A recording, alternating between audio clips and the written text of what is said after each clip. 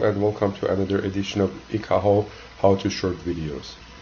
In this video, one of the most powerful features of Ikaho, which is capacity planning and network planning, is going to be discussed.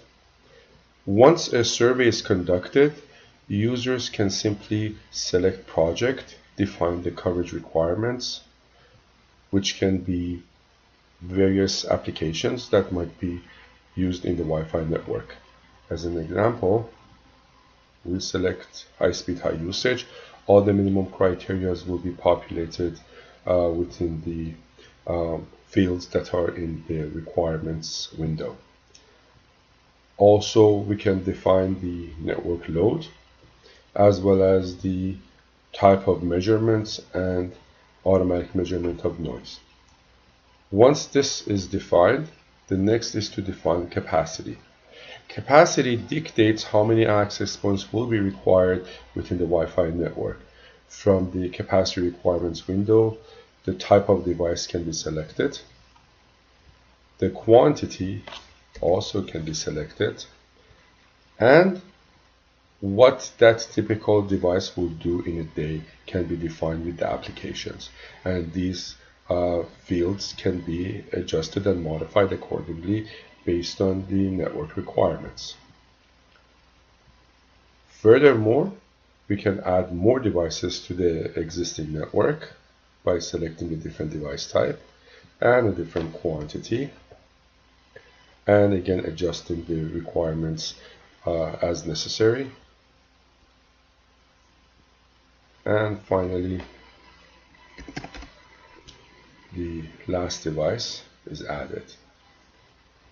In order to visualize the results of capacity and network, simply select the heat map for capacity health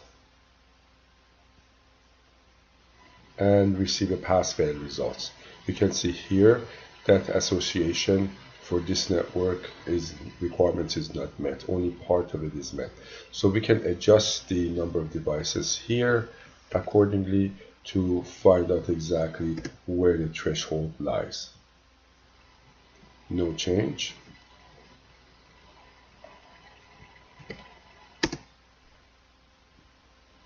And we can see we have passed. Similarly, we can also do the same for network health. And we can see for high-speed, high usage, some areas are pass, some areas are fail.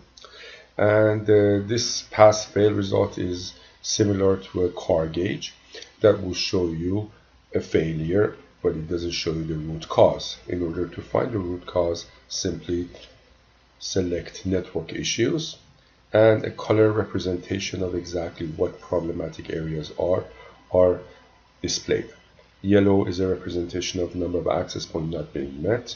Red represents signal strength, and green finally represents retransmission tries. So we can see where the failures occur. We can also change the network requirements to a lower requirements to see whether we pass or fail. We can see it improved. And also we can run further a different application to see what is the performance for that specific application, and then take countermeasures and corrective measures in order to resolve the issues. This concludes our representation of how capacity requirements and coverage requirements can give you more vision into network related performance issues. Please tune in to additional YouTube how-to videos from advanced network devices.